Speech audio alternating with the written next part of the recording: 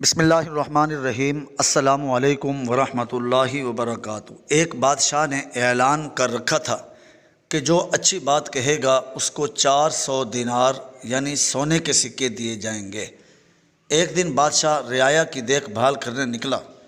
اس نے دیکھا ایک 90 سال کی بوڑھی عورت زیتون کے پودے لگا رہی ہے۔ بادشاہ نے کہا تم 5-10 سال میں مر جاؤ گی اور یہ درخت 20 سال بعد پھل دیں گے، تو اتنی مشقت کرنے کا کیا فائدہ؟ بوڑھی عورت نے جواباً کہا جو ہم نے پھل کھائے وہ ہمارے بڑوں نے لگائے تھے اور اب ہم لگا رہے ہیں تاکہ ہماری اولاد کھائے۔ بادشاہ کو اس بوڑھی عورت کی بات پسند آئی، حکم دیا اس کو 400 دینار دے دیے جائیں۔ جب بوڑھی عورت کو دینار دیے گئے وہ مسکرانے لگی۔ بادشاہ نے پوچھا کیوں مسکرا رہی ہو؟ بوڑھی عورت نے کہا کہ زیتون کے درختوں نے 20 سال بعد پھل دینا تھا، جبکہ مجھے میرا پھل ابھی مل گیا ہے۔ بادشاہ کو اس کی یہ بات بھی اچھی لگی اور حکم جاری کیا کہ اس کو مزید 400 دینار دیے جائیں۔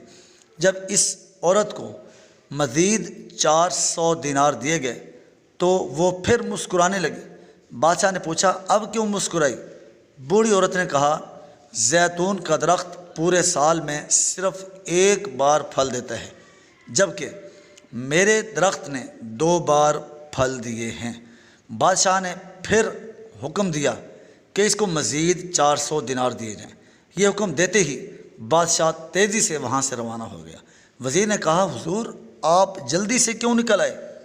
بادشاہ نے کہا اگر میں مزید اس عورت کے پاس رہتا تو میرا سارا خزانہ خالی ہو جاتا، مگر عورت کی حکمت بھری باتیں کبھی ختم نہ ہوتی۔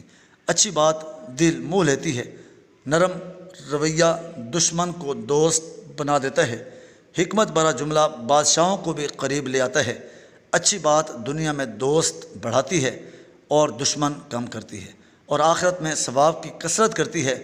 آپ مال و دولت سے سامان خرید سکتے ہیں مگر دل کی خریداری صرف اچھی بات سے ہی ہو سکتی ہے، لہذا دل کے خریدار بنیں، مال و دولت کے طلبگار نہ بنیں۔